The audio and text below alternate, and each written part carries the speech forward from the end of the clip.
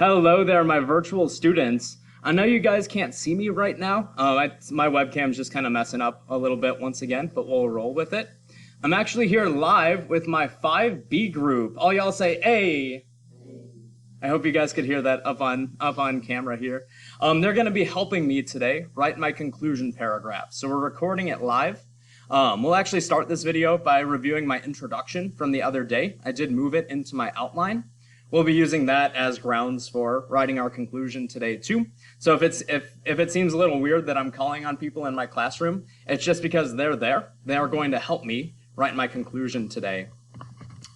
So our objective for today, write clear, strong conclusion paragraphs. It's the last part of outlining that we haven't covered yet. If you've been following along pace-wise with our outlines, this should conclude your outline today, and then you are ready to draft your essay you're ready to type your essay next week.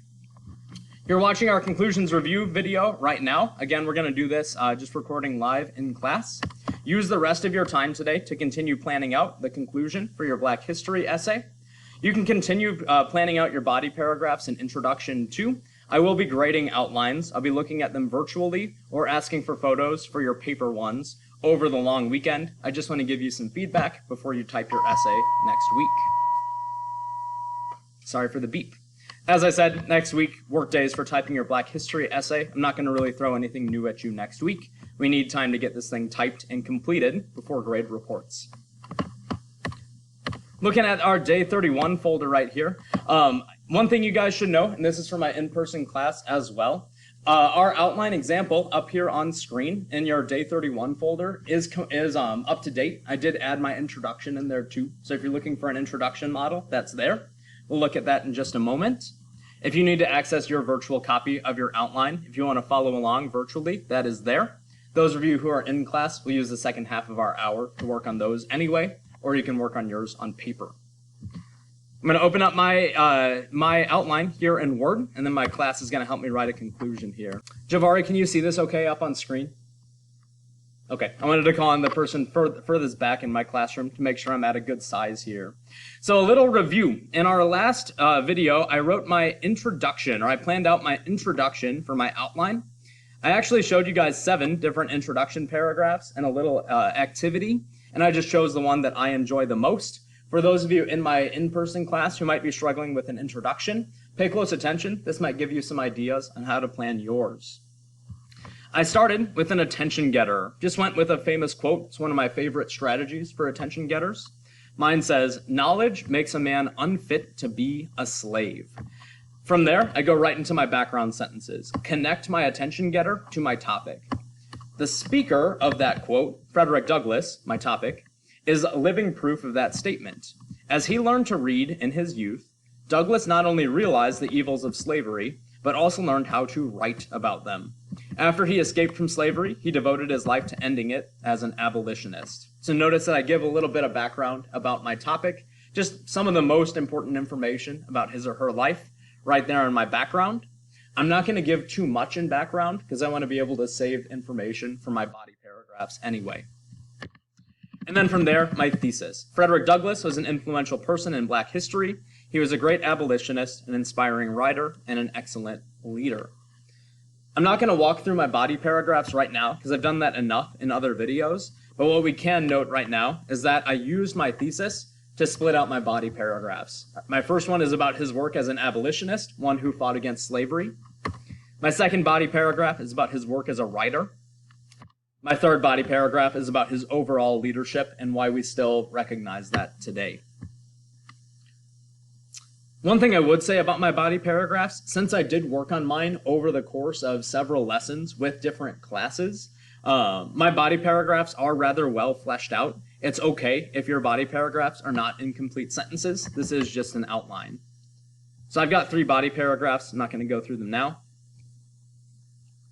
I get to my conclusion at the very end, and we note that there are 3 parts to a conclusion.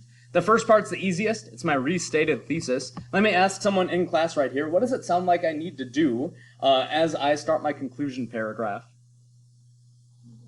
Excellent. I know you guys can't hear Nevaeh through her mask, but she had an excellent answer right there. She said, I need to read you my thesis, but, and I'm glad she remembered this, but I have to use it in different wording or phrasing. The cheat code that I'm going to use for this is I'm going to copy it first, but then after I paste it, I'm going to rework it. Let me go back to my thesis real quick. Those of you following along on paper or virtually, feel free to do this in your own outline too, if you want to follow along. Otherwise, you can do this step as you're working later. I hit Control-C to copy my thesis. And I'm going to hit Control-V to paste it right here. Now, as Nevaeh said, I have to change up my phrasing right here. What if I just invert my order, right? Sometimes you can just change the order by which you say these ideas. What if I start with, I'm just going to type this right in front of it. Frederick Douglass was a great abolitionist, writer, and leader. He is remembered as one of the most important. Notice that I'm using a different word for influential right here. That's a little too close to my thesis. One of the most important figures in... Let me ask you guys, should I say Black history or American history? American history? Let's do that by show of hands. I think I heard both. How many of you think I should say Black history here, specifically? How many think I should say American history in general? Okay, I got more. Teacher, pardon the interruption, but would Lyric Walker please come to the main office? Lyric Walker. There we go. My class just voted to say American history. One thing to note is that Black history is American history. We chose the word American because it's a little more inclusive. Frederick Douglass isn't just one of the greatest Black leaders. He's one of the greatest leaders, period, in American history. What I want you to note, for all of you, this restated thesis doesn't say anything different from my regular thesis. It's just in different wording. Frederick Douglass was a great abolitionist, writer, and leader. He is remembered as one of the most important figures in American history. Good. Let me ask you guys out here in class, what's my next step here? Yes, so Imani's saying I need to summarize all the topics I discussed in my body paragraphs. A good rule of thumb for all of you, 1 or 2 sentences per body paragraph. I'm asking you guys to write 3 body paragraphs. It's pretty easy to write 3 summary sentences right here. I'm just going to look back at this body paragraph by body paragraph. Body paragraph 1, I said he was a great abolitionist. I said he wanted to end slavery because he knew how miserable it was. He told his story of growing up as a slave. Big-name politicians listened to his story. By the end of his life, he did see slavery abolished after the Civil War. How can I maybe summarize those ideas into one nice and neat sentence? Let's maybe start with Douglass as my subject right there. What could I maybe say just in summary about his work as an abolitionist? I'm seeing the gears turning in my students' brains right now in person. The tricky thing with summarizing is trying to say things as concisely as possible. Let me start this sentence. I want to see if you guys can help me finish it. Yeah, I'm trying to boil down that paragraph into one sentence. I'm going to have you guys help me finish this statement. Fought against slavery by... What did he do specifically to fight against slavery? Yeah, and what did he write about specifically, Jabari?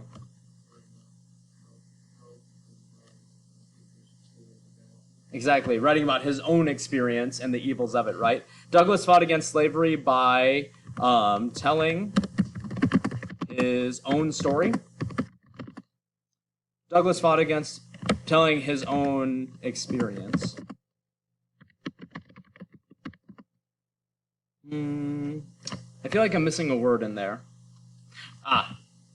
Douglass fought against slavery by telling the story of his own suffering.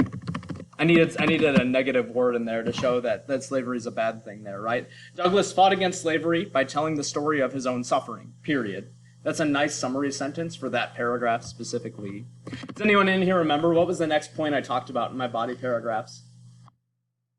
I think you get it, Layla. No? Let's look back. The nice thing about outlines, you can always look back at them to see what you have forgotten.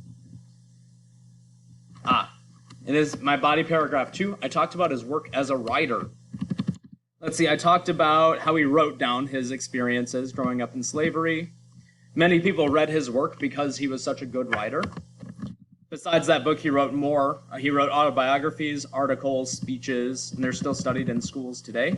What if I said something like, Douglass fought against slavery by telling the story of his own suffering. Even today, his writings about his life are studied in American schools. One thing I did with that summary sentence, I used that to summarize that body paragraph, but notice that I've also connected it to my earlier summary sentence, right? He's telling the story of his own suffering, and even today, these writings are still studied in our schools today. We use them as a way to understand slavery. We use them as a way to understand the evils of slavery, and we also use them to study the ending of slavery too, because he was involved in all of that. My last one, I was writing about his work as a leader. I said, lastly, he showed great leadership.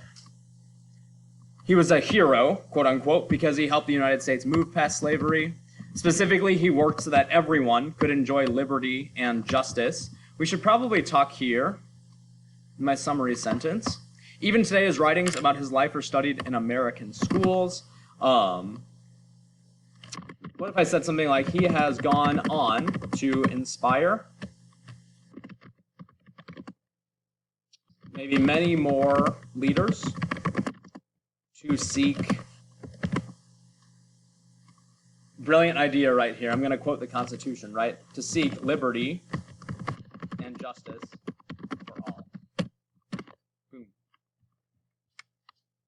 The toughest part of planning a conclusion is the final thought. And here's where I'm really going to ask for you guys to do some thinking and help me out here. Final thoughts require some creativity. And I just need something that's going to close out this essay powerfully and in a way that my readers are going to remember. Oftentimes, in a final thought, you can give your readers something further to think about. Before we do that, let me read back what we have so far. We'll see if that leads us to think through a final thought. Whenever I'm writing, I like to read back what I'm writing already, just to see how it sounds. And you know what? I've spoken enough, too. Could I maybe get a reader in here just to read back our conclusion so far? Go for it, Imani. Starting from Frederick Douglass, right up here.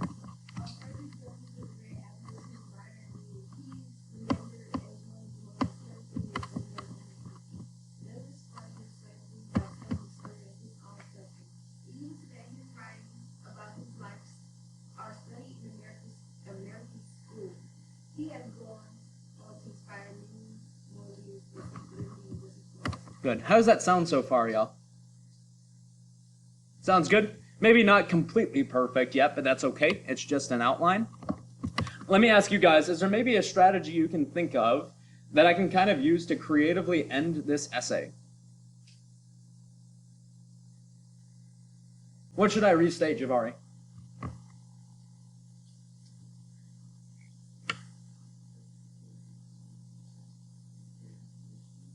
Sure. So Javari's saying let's focus this final thought on abolition, right? Ending slavery, to seek liberty and justice for all. Do we still see slavery nowadays? We still see injustice nowadays, but not necessarily slavery. I have an idea that Javari just gave me. Sometimes when you write a final thought, you can double back to your attention getter and comment on that. Let's see my attention getter. I used a quote from him. What did it say? I said, knowledge makes a man unfit to be a slave. Doubling back to slavery right there. We just mentioned that Black American slavery doesn't exist anymore, although there's still injustice today. Is there maybe something we can say about knowledge today that kind of ties into that idea to close out my paragraph, or close out my essay, I should say?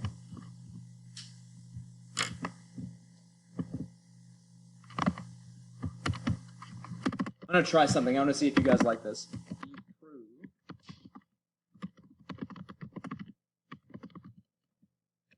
Let's see. I'm going to use his name right here. I like the idea of restating. Frederick Douglass proved that knowledge with a D. I already forget the exact wording of the quote. Is it makes one unfit? Makes a man unfit to be a slave. You know what? I'll say makes one right here. I can make it a little more gender neutral here. makes one unfit to be a slave. Frederick Douglass proved that knowledge makes one unfit to be a slave, comma, and how can we maybe connect this idea of knowledge to our lives? Or what might his life teach us about knowledge? I like that. Frederick Douglass proves that knowledge makes one unfit to be a slave, and that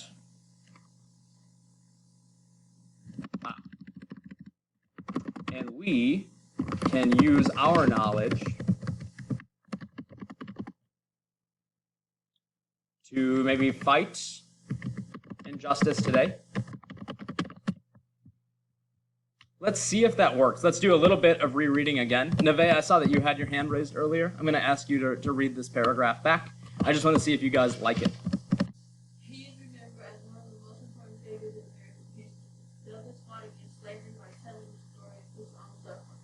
Even today, his writings about his life are studied in American schools. He has gone on to inspire many more leaders to seek liberty and justice for all. Frederick Douglass proved that knowledge makes one Unfit. Yep. to be a slave, that we can use our knowledge to fight injustice. How do we like it? It's cool. I think it's cool. This is a nice introduction right here. For those of you who are watching virtually, this might be a good spot to pause the video so that you can maybe use my conclusion as a model for you. You should know I will be re-uploading this full outline next week as you guys are typing out your essays. If you're looking for a model of a complete essay, I'll be using this in my video next week to show you how I would use this to draft a full essay from there.